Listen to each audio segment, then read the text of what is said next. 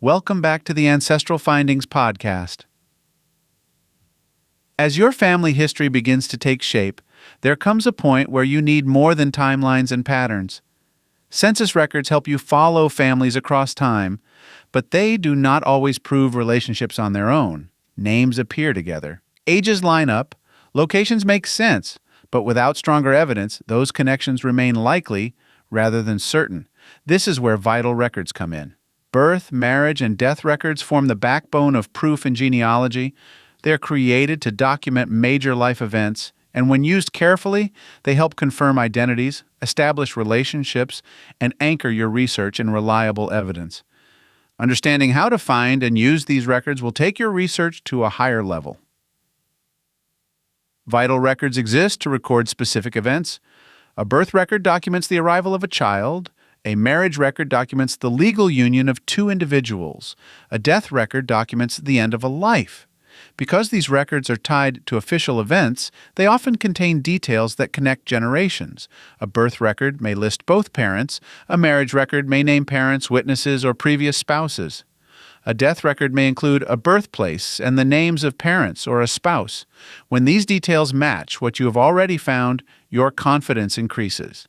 When they add new information, they open the door to further research. Vital records are often the difference between a reasonable assumption and a well-supported conclusion. Birth records are among the most valuable documents in genealogy. When available, they usually provide a child's full name, date of birth, and place of birth. Many also include both parents' names, sometimes with the mother's maiden name. This single record can connect one generation to the next in a clear and direct way. However, not all birth records are created equal. Some were recorded shortly after the birth. Others were filed later, sometimes years afterward. Delayed birth records were often created when proof of age was needed, such as for Social Security applications. These later records may rely on memory or supporting documents. Always note when the record was created and who provided the information. If an official birth certificate is unavailable, look for a substitute. Church baptism records often include birth details and parents' names. Family Bible entries may record births within a household. Census records can provide estimated birth years. School records, military records, and even draft registrations may include birth information. When official records are missing, these substitutes become essential. Marriage records are especially useful because they connect two individuals and often provide details about both families. A marriage license or certificate may include the names of the bride and groom, their ages, places of residence, and sometimes their parents' names. Witnesses may also be listed, and those witnesses are often relatives. In some cases, marriage records include previous marital status, which can lead you to earlier marriages or explain children with different surnames. Pay attention to the location of the marriage. Couples sometimes get married in a nearby county or in the bride's home area. If you cannot find a marriage record in one place, expand your search to surrounding areas. Marriage records often serve as a turning point in research because they tie together two previously separate lines. Death records provide another layer of information, but they must be used carefully. A death certificate usually includes the date and place of death, age, and sometimes the date and place of birth. It may also list parents' names, a spouse, and burial information. The challenge with death records is that the information often comes from an informant. That person may have known the deceased well, or they may have had limited knowledge. As a result, some details may be incorrect. Even so, death records can provide valuable leads. A listed cemetery can provide a burial record. An obituary may expand on the information, listing relatives and places. A funeral home record may include additional details. When used alongside other sources, death records help complete the picture. Not every ancestor will have a full set of vital records. In some places and time periods, records were not kept consistently. Fires, floods, and other disasters destroyed many records. In some areas, civil registration began later than expected. When vital records are missing, you need to look for substitutes. Church records can provide baptisms, marriages, and burials. Probate records can name heirs and family relationships. Land records can show how property passed between family members. Newspapers may include birth announcements, marriage notices, and obituaries. Military records sometimes include personal details such as age, birthplace, and next of kin. Pension files can be especially detailed, naming spouses and children.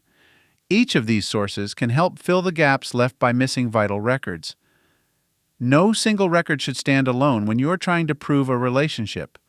A birth record naming parents is strong evidence, but it is even stronger when supported by a census record showing the same family, a marriage record connecting the parents, and a death record confirming the same details.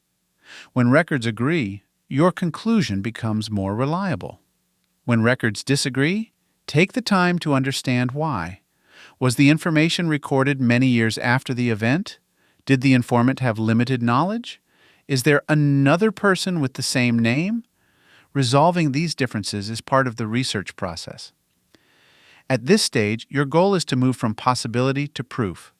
Earlier in your research, you may have identified likely connections based on census records and timelines. Now you are confirming those connections with stronger evidence. A census may suggest that a child belongs to a certain family. A birth record confirms it. A marriage record may suggest a connection between two families. A license or certificate confirms the relationship. A death record may point to parents. Other records confirm whether that information is correct. This process strengthens your entire tree. It also prepares you for more advanced research where relationships are not always stated directly and must be proven through careful analysis of multiple sources. As you work with vital records, keep detailed notes. Record the type of record, the location, the date, and where you found it. If you obtained a copy, note how you received it. If you accessed it online, include enough information to find it again. This habit becomes more important as your research grows. It allows you to return to records, review them, and explain your findings to others.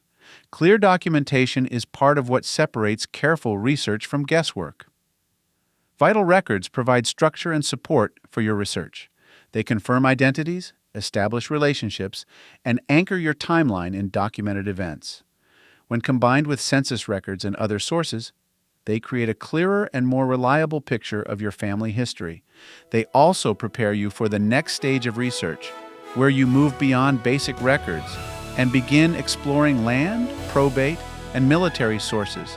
At that point, you are no longer just collecting names. You are building a deeper understanding of how your ancestors lived and how their lives were connected. If you've got a hard-to-find ancestor you're stuck on, I'd love to hear about it. Just head over to ancestralfindings.com and click on Contact to send me a message. While you're there, take advantage of our free weekly genealogy lookups. Explore thousands of articles and enjoy hundreds of podcast episodes. We've been helping family history researchers since 1995. And if you're looking for even more, check out our Genealogy Gold Q&A series over on Patreon. Thanks for listening, and as always, happy searching.